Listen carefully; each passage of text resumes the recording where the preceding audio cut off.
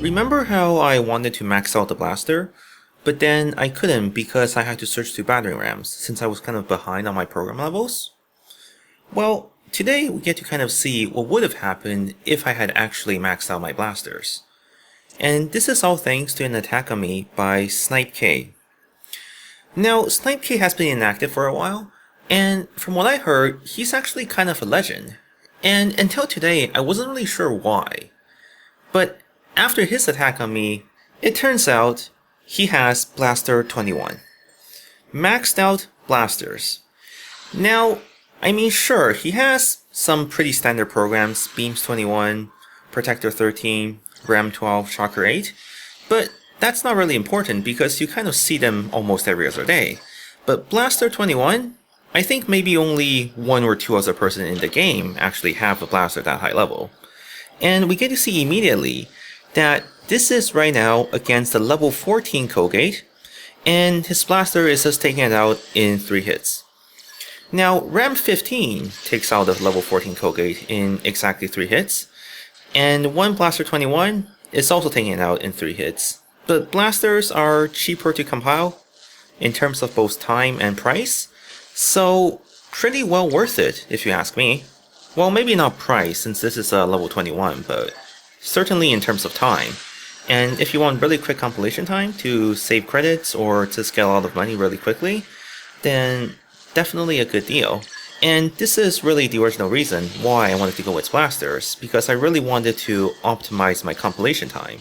So then I can minimize the amount of compilation time, and as a result hack more people and gain more resources that way. But after all, this is a Blaster 21, and it took the same amount of hits as the Battering Ram 15, so it does still sort of goes back to show why Battering Ram scales much faster than Blaster, and why I had to go with the Battering Ram, because leveling the Blaster would have simply took too long since I was behind in my program levels already. But that was just a level 14 Colgate.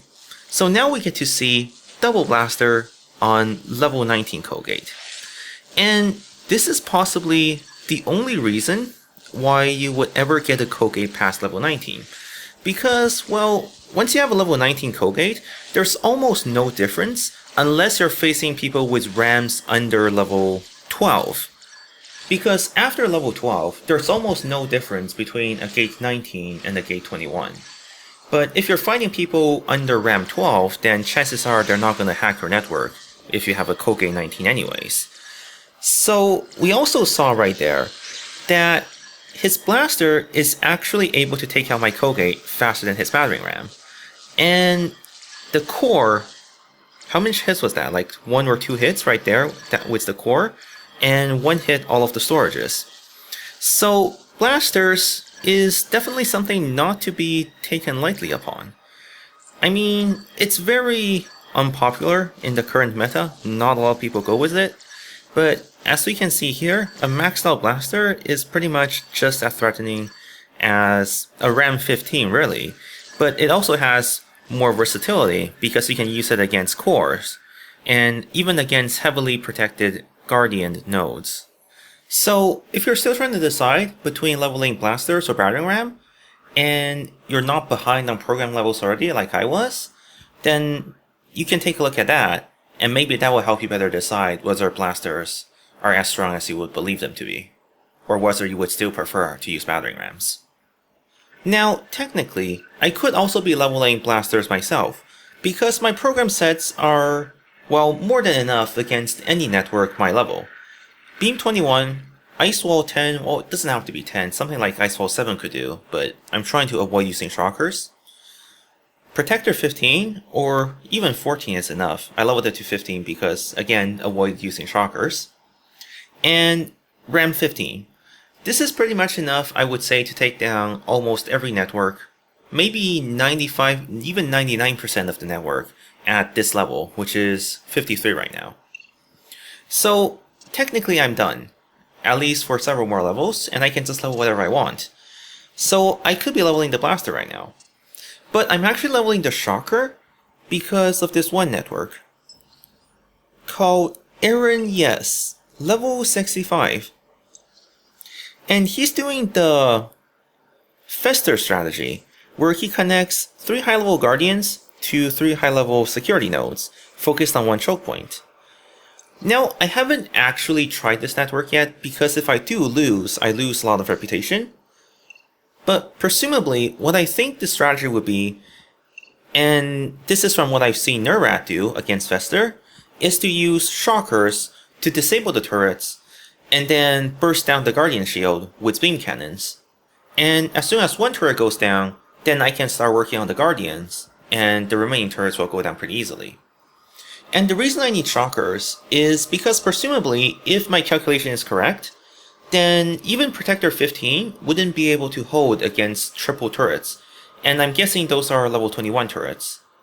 So in combination with the antivirus, they output a total of 828 damage per second. Now, the Protector 15 has a buffer size of 4.6k, so it regenerates at a rate of 322 per second.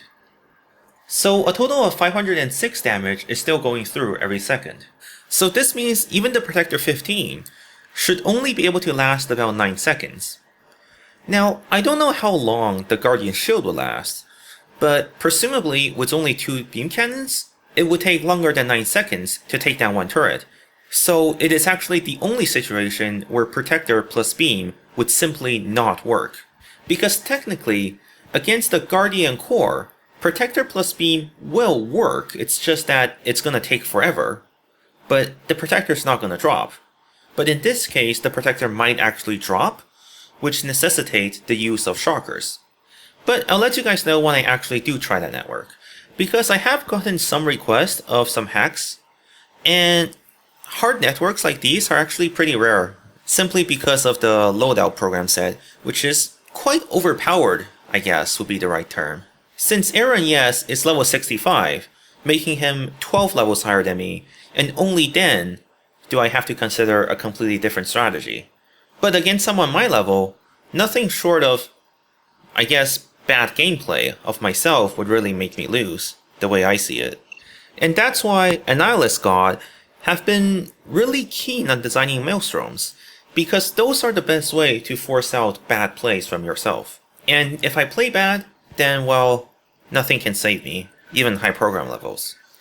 So this one, more or less, is total mess, the way I would describe it. And I think he said on his readme actually that he's gonna make a new account, so he intentionally just missed this on as much as possible. So it was pretty hard to even see what was happening, even after taking a good analysis look at it. So I just went with a safe strategy, which is to Protector all the potentially important nodes. So instead of actually looking at the shortest path, I looked at which nodes are connected to hard to kill or hard to take down nodes. So for example, this Guardian is connected to a Colgate and Black Isis. So potentially it's going to be hard to take down the Colgate and the Black Isis, so Protector here. This Colgate was connected to 2 turrets, but the turrets were low level, and Colgates are relatively tanky, so just a nice wall there, and beam cannons.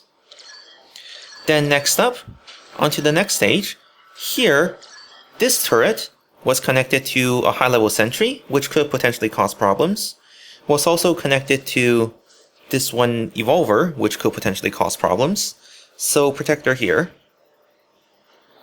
And then from there I move forwards. So next up, I see that this sentry is not really connected to a lot of high-level nodes. It's connected to this one low-level sentry, or this one low-level sentry, and it's connected to an even lower-level sentry, which is again not a threat. This node that's already been taken down, and this Black Ice, well, this Black Ice, can't even click it in the replay, which is already being taken down by the Guardian. And high-level sentry relatively tanky, so only Ice Wall there. And through this process, I just repeatedly iterate and move forward until I eventually take down all the nodes. So Evolver here connected to Colgate, so Protector, Ram, and then just move forward. Any node which are connected to a lot of low-level squishy nodes, like low-level Guardian here, low-level sentry here, I would just go with ice wall and beam cannon. And anything which is connected to potentially high-level, high firewall nodes, like for example, when I got to this scanner here, and I saw that it was connected to the core, I went ahead and put on a protector.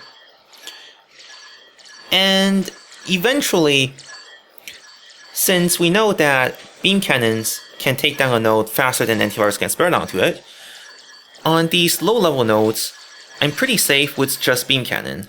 And I know that my protector cannot fail me, so against high-level nodes, I just rely on the protector to keep me safe. And eventually, just by doing this process over and over again, using several protectors along the way, but good thing I carry 8 protectors, right? I just managed to take down all of the nodes, even though I actually still do not know for sure which nodes are actually connected to which nodes. But it's a simple algorithm that seems to be pretty effective, at least this time. Not sure if it'll work every time. It's possible that I might have just gotten lucky. But yeah, very confusing maelstorm, but still managed to get the triple cap on the first attempt. Now I also want to showcase an attack by Sengshung, because I recall that they said that they wanted me to feature one of their attack. Not sure if it was for me attacking them or them attacking me, but if they wanted to be featured, then I'm happy with that. But first, let me actually explain my network changes, because I think I haven't done that yet. And so, if you recall in my last video, I made it so that I removed the Guardian choke point, because I was saying that it wasn't really effective. And so what I did instead was that I moved my Colgate here, so that it's slightly less vulnerable to shurikens, because shuriken was able to bypass all of my white gates completely. But now this way, the worst they can do is, well, have 2 attacking this one Colgate. But it's a gate 14, and using shurikens to attack white gate does kind of take up a lot of time, even if it's high-level shurikens. And if it really does become a problem, I can simply level this Colgate to 16-ish, which should more or less solve my problem completely. But the benefit here is that I can do this pattern, where I have this one sentry providing antivirus to the scanner, so it speeds up the antivirus spread onto here, and once the antivirus spread all the way from this sentry onto my Guardian, then it will pass into this Colgate, into the sentry, and into the scanner. And so then I will have double antivirus 21 attacking this one Colgate. So essentially I force out the protector or several ice walls really early on, or if they mess up, they might just lose the RAM straight off the bat to just this one Colgate. So it's a very simple pattern, but fairly effective for triple gates in a row, and it also solves the problem of one of the gates being potentially skippable by shurikens. Now here I just replaced with some pretty standard choke points, nothing too interesting. Only difference is my core is last now, so offers slightly better protection for my reputation, and having the resources split into 2 different nodes means that you need to have protector on both the nodes and you can't simply skip one of them to get all of my resources. I moved the Guardian here because, like I was saying, that Guardians might actually be the answer to shockers against turrets, but this is a Guardian level 2, so it's kind of pretty worthless right now. I might just move it back somewhere else because it doesn't really do much good here. A single shield with 115 protection basically gets taken down in less than a second by a single beam cannon 21, and so it's essentially worthless right now. But I guess I kind of just have it here to show what I was supposed to do with it at least. And if I do level it up and keep this layout, then at least I don't have to change the layout. And I essentially made the maelstorm slightly simpler because having a complex maelstorm wasn't really doing me that much good anyways. And so I simply connected a lot of the turrets directly to the passive nodes attacking the Guardian rather. This means 2 things, is that one thing that if the shurikens were to take out these passive nodes, they would have to immediately deal with the turrets and get taken back really quickly, so there's less time to just use ice wall and bypass everything. But on the downside is, well, you reach the turrets much quicker, so there's less time for the maelstorm to really kick in. Still not too sure which way is better, so I'm still playing around to see how it's gonna go. But that's the state of the network so far. But yeah, let's take a look at this attack. So in this attack, my network layout was still the same, I just had lower level turrets at the time. And so he comes in with stealth, and raised 2 Colgate, which is pretty standard, but couldn't get the third one, and I would say that's only because he hesitated, because if you do the math, technically it's possible to get all 3 Colgate with his program level with about 20 seconds to spare. Well, not 20 seconds, 20 visibility, which is more like 2 seconds. But I guess he hesitated and just a sliver before he actually got it. And so he immediately has to waste the protector here and use the ram. And even though, in the grand scheme of things, this is a very minor portion of defense, it still does prevent a lot of people if they don't have sufficiently, well, high-level program library to carry that 1 extra protector. So immediately, triple ram against the level 19 Colgate, and that's because his ram is only level 7. But even with triple ram, still took 3 iterations, which is, well, 9 hits in total, but the time it took is about equivalent to a single level 15 ram. Or actually no, it would be equivalent to about a level 18 ram, since level 15 ram would take it down in 4 hits. So not too bad of a deal. But the thing here is, by using all of his ram on that 1 Colgate, he actually does not have enough ram left for my final Colgate. And so technically, with triple beam cannon level 19, given that my Colgate is only level 15, he could eventually take down the Colgate, which he tries to. And we can speed this up and see that it does go down. The regeneration rate is not higher than triple beam cannon, but it just wastes so much time that if he had simply battery rammed it, he probably could have gotten all of my resources. But instead, he gets to my choke points with 30 seconds to spare, sets up the protector on both choke points, and by the time he takes down, well, any of the storages, and actually he messed up the protector here, apparently. So he doesn't even get that. But by the time he takes down the core, and finally starts working on my resource storages, he's already out of time, and only managed to loot 87k. So I'll also showcase the hack by Arc, simply because he's so famous. Because if you look at the leaderboard, he's currently number 2, at 3.1k reputation. And he actually managed to fail against me, losing 15 reputation in one go. Now, I would say this is probably because he's not necessarily a min-maxer. I mean, he is doing the very standard beam cannon protector battering ram strategy, but the program level is rather low for someone who is completely a min-maxer like Muscles, who at this point already have battering ram level 17 and protector 15. But nonetheless, he does have the right program set, but the program level matters just as much. And we see here that he's taking a lot of hits, even against these level 14 Colgates, to the point where the antivirus is able to spread onto the Colgate, and we see that he's actually having trouble. And he actually lost the Colgate. Even though he did manage to take down the other Colgate, he lost the Colgate, which actually ended up wasting a lot of time, and he only managed to get here at 2 minutes and 8 seconds. Now, mass walls on this one Guardian might have been a mistake, because I think he only really needed 3 to be safe, but he put in 4. And then he goes for the double ram against the Gate 19, which a lot of people do because the Gate 19 is quite a bit of a huge jump compared to something like Gate 14. So if you have multiple Gate 19s, you could force out a lot of low-level battering rams. But once people achieve level 15-ish battering ram, then it's kind of not that great anymore.